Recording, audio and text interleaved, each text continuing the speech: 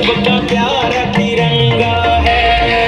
एक बाग के फूल सभी हैं, एक हमारा झंडा है। हिंदू मुस्लिम सिख ईसाई सबका प्यार बचावांगे।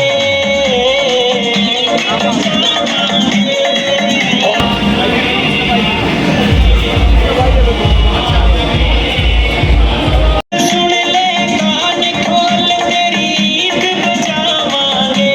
जान दिखावे तिरंगा के केवल मैदान में, शहीदों के सम्मान में, शहीदों के सम्मान में।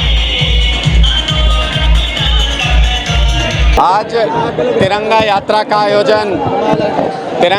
का आयोजन सभी कार्यकर्ता साथियों ने किया है। आम आदमी पार्टी की विचारधारा का मूल अंग है कट्टर देशभक्ति।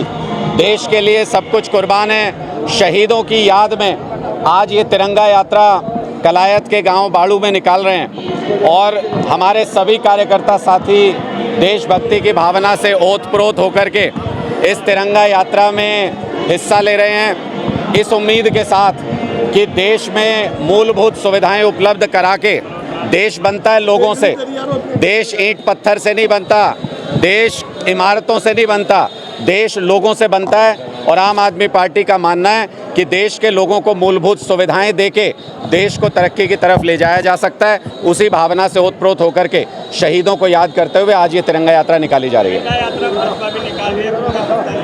देखिए, सबको निकालनी चाहिए। मैं तो कहता हूँ तिरंगे से सबको प्यार होना चाहिए, लेकिन अगर देश के लिए आप तिरंगा यात्रा निकाल रहे हैं तो देश के लिए काम भी करना चाहिए। मेरा सिर्फ इतना कहना है, तिरंगा यात्रा का मैं कोई राजनीतिकरण नहीं करना चाहता, लेकिन भारतीय जनता पार्टी अगर तिरंगा यात्रा निकाल रही है तो पिछले 10 साल में ये हरियाणा के जितने लोग हैं, ये जितने हरियाणा के पहलवान हैं, जितने किसान हैं, जितने जवान हैं, यही देश की शान है। ये तिरंगा ओढ़ते हैं तब तिरंगे का नाम परचम पूरी दुनिया में लहराता है। इनका जो अपमान पिछले 10 साल में किया है भारतीय जनता पार्टी ने, वो तिरंगे का ही अपमान करने के बराबर है। ऐसा नहीं होना चाहिए। पूरी भावना के साथ तिरंगा यात्रा देश के हर नागरिक को निकालना चाहिए। देखिए, हमें पूरी उम्मीद है कि उनके साथ इंसाफ होगा। मैं तो स्पष्ट तौर पर ये कहता हूँ कि 140 करोड़ लोगों के देश के साथ 100 ग्राम की साजिश हुई है, और कौन इस साजिश के पीछे है ये पूरी दुनिया जानती है। कौन नहीं चाहता था कि विनेश फोगाट को ये सम्मान मिले, ये पूरी दुनिया जानती है। मोदी जी ना हमारी पहलवान बेटियों के साथ जंतर मंतर के संघर्ष में शामिल हो पाए, और ना हमारी बेटी के साथ, बहन के साथ जब ओलंपिक में वो संघर्ष कर रही थी, उनके साथ अत्याचार अन्याय हो रहा था, तब भी मोदी जी उनके साथ नहीं खड़े हो पाए। ये दुर्भाग्य की बात है। फैसला ना, एक तरफ खाप पंचायतें इकट्ठा हो रही है विनेश के। देखिए, सबको विनेश के समर्थन में 140 करोड़ भारतीय खड़े हैं। सिर्फ कुछ राजनीति करने वाले लोग जिन्होंने उसके खिलाफ पहले भी साजिश की थी, सिर्फ वो उसके खिलाफ हो सकते हैं। आज मैं तो कह रहा हूँ, वो सिल्वर मेडल के लिए ये चर्चा हो रही है, वहाँ पर केस चल रहा है। सिल्वर मेडल तो उनको मिलना ही मिलना चाहिए, लेकिन देश की वो गोल्डन गर्ल हैं। हमारी नज़र में तो उनको गोल्ड ऑलरेडी मिल चुका है।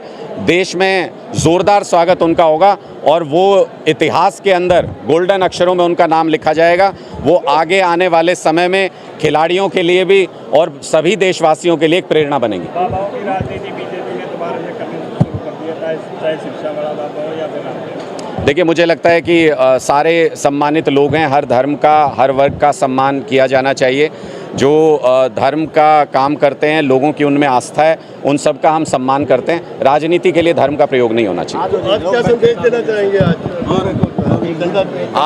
आज तिरंगा यात्रा के इस अवसर पर एक ही संदेश है, सभी युवाओं को इकट्ठे होकर के देश को बदलने का जिम्मा लेना चाहिए, आगे आना चाहिए। हरियाणा में अकेले 25 लाख युवा बेरोजगार है।